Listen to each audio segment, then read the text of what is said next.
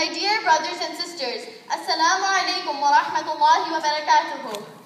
Today I will be speaking on the topic of practicing Islam in public schools.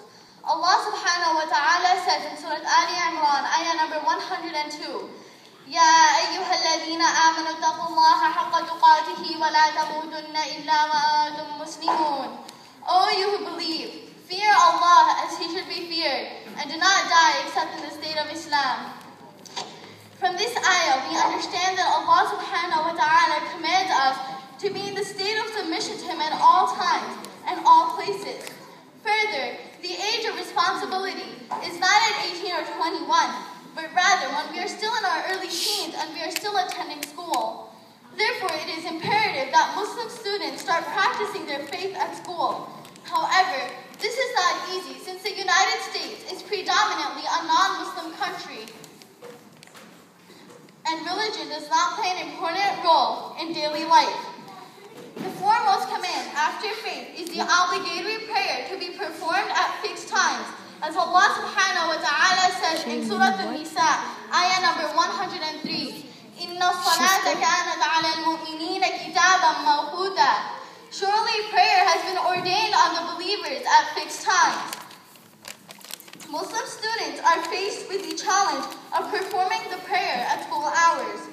Besides worship, Allah subhanahu wa ta'ala also commands us regarding food, as He mentions in Surah Ma'idah, ayah number 88, وَكُلُوا مِمَّا رَزَقَكُمُ اللَّهُ حَلَالًا طَيِّبًا. Eat of the things which Allah has provided for you, those that are lawful and good. This presents another challenge to Muslims, since most school cafeterias do not provide halal food choices. This becomes extremely challenging when one is in the company of friends who are enjoying lunch together.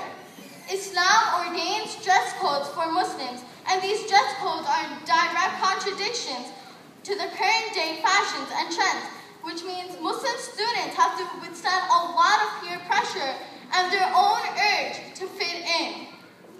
There are also times when they're singled out and regarded as weird by their own colleagues and teachers.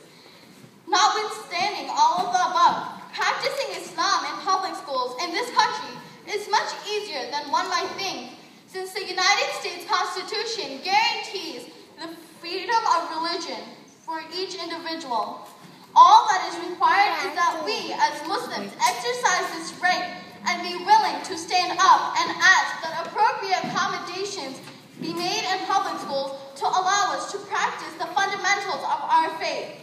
Let us resolve that as Muslims, we will obey Allah Ta'ala at all times, even if it means that we may have to face some discomfort and hardship.